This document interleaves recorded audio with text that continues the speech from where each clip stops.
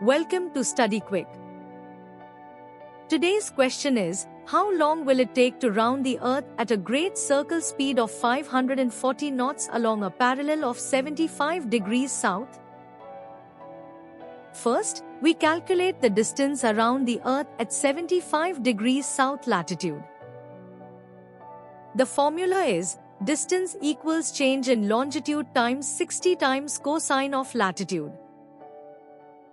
That is, distance is equal to 360 times 60 times cos 75 degrees. Calculating, the distance equals approximately 5,590 nautical miles. Next, we find how long it takes to fly this distance at 540 knots.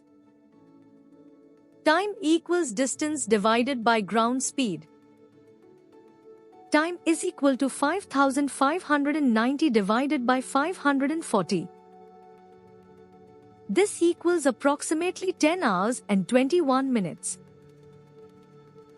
Therefore, it will take about 10 hours and 21 minutes to round the Earth at 540 knots along the 75 degrees south parallel.